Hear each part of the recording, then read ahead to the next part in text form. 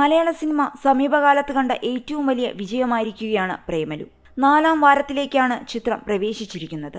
മമ്മൂട്ടിയുടെ ബ്രഹ്മയുഗത്തിനൊപ്പം ഇറങ്ങിയ പ്രേമലു ഒടുവിലെ റിപ്പോർട്ടുകൾ പ്രകാരം 70 കോടി കളക്ഷൻ കടന്നിരിക്കുകയാണ്. അതോടൊപ്പം ഈ ചിത്രത്തിലെ നായികയായി തരംഗം സൃഷ്ടിച്ചിരിക്കുകയാണ് മമിത ബൈജു. സൂപ്പർ ശരണിയിലെ സോനാരയെ അവതരിപ്പിച്ചാണ് മമിത ബൈജു ആരാധകരുടെ മനസ്സിൽ ഇടം നേടുന്നത്. സൂപ്പർ ശരണിക്ക് ശേഷം മമിതയെ തേടി നിരവധി അവസരങ്ങൾ എത്തിയിരുന്നു.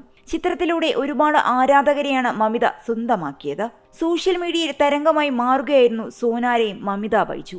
ഇപ്പോൾ മലയാളത്തിലെ യുവനടിമാരിൽ മുൻനിരയിലാണ് മമിത ബൈജുവിന്റെ സ്ഥാനം. ഇതിനിടെ സൂര്യയ്ക്കൊപ്പം തമിഴിൽ അഭിനയിക്കാനുള്ള അവസരവും മമിതയെ തേടിയെത്തിയിരുന്നു. എന്നാൽ ഈ ചിത്രത്തിൽ നിന്നും മമിത പിന്നീട് പിന്മാറുകയായിരുന്നു. സൂര്യ നായകനാക്കി ബാല സംവിധാനം ചെയ്യാനിരുന്ന വണങ്കാൻ എന്ന ചിത്രത്തിലായിരുന്നു മമിത അഭിനയിച്ചിരുന്നത്. എന്നാൽ പിന്നീട് ഈ സിനിമയിൽ നിന്നും സൂര്യ പിന്മാറുകയും പിന്നീട് അരുൺ വിജയനെ നായകനാക്കി സിനിമ പൂർത്തീകരിക്കുകയുമായിരുന്നു ബാല. സൂര്യയും ബാലയും തമ്മിൽ പ്രശ്നങ്ങൾ ഉണ്ടായെന്നും ഈ ചിത്രത്തിന്റെ പ്രൊഡ്യൂസർ കൂടിയായ സൂര്യ പ്രൊജക്ട് ഉപേക്ഷിക്കുകയായിരുന്നുവെന്നും വാർത്തകൾ വന്നിരുന്നു. ഏതായാലും നടൻ സൂര്യ പിന്മാറിയതിനു പിന്നാലെ തന്നെ മമിതയും ചിത്രത്തിൽ നിന്നും പിന്മാറുകയായിരുന്നു. 40 ദിവസങ്ങളോളം ഷൂട്ട് ചെയ്ത സിനിമയുടെ ചിത്രീകരണം വീണ്ടും ആദ്യം മുതൽ ആരംഭിക്കേണ്ടി വന്നതോടെയാണ് മമിത പിന്മാറിയത്. ഇപ്പോഴിതാ ചിത്രത്തിന്റെ ചിത്രീകരണ ഓർമ്മകൾ പങ്കുവച്ചിരിക്കുകയാണ് ക്ലബ് FM-ന് നൽകിയ അഭിമുഖത്തിലൂടെ.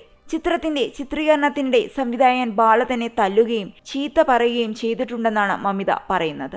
എന്നാൽ താൻ മുന്നേ കമന്റ് ചെയ്ത സിനിമകളുടെ ഡേറ്റുമായി വണങ്ങാന്റെ ഡേറ്റുകൾ ക്ലാഷ് ആയതോടെയാണ് ചിത്രം ഉപേക്ഷിച്ചതെന്നാണ് മമിത പറയുന്നത്. ചിത്രത്തിൽ സൂര്യയ്ക്കൊപ്പം മമിതയ്ക്ക് കോമ്പിനേഷൻ സീനുകളും ഉണ്ടായിരുന്നു. മമിത പറയുന്നത് ഇങ്ങനെയാണ്: വില്ലടിച്ചാമ്പാട്ട് എന്നൊരു സംഭവമുണ്ട്. അതിൽ ഈ പരിപാടി ഞാൻ നേരത്തെ തന്നെ ചെയ്യുന്നതാണോ അതോ ഇപ്പോൾ കണ്ടപ്പോൾ ചെയ്യാൻ തോന്നിയിട്ട് ചെയ്യുന്നതാണോ എന്ന് ചോദിച്ചു. സ്ഥിരമായിട്ട് ചെയ്തു വരുന്നതാണെന്ന് പറഞ്ഞു. അപ്പോൾ ആ വഴക്കം എനിക്ക് വേണം. ഇത് അടിച്ചുകൊണ്ട് വേണം പാടാൻ. ഇത് അടിക്കുന്നതിന് പ്രത്യേക സ്റ്റൈലൊക്കെയുണ്ട്. നീ പുള്ളിക്കാരി ചെയ്യുന്നത് കണ്ടോ എന്ന് ചോദിച്ചു.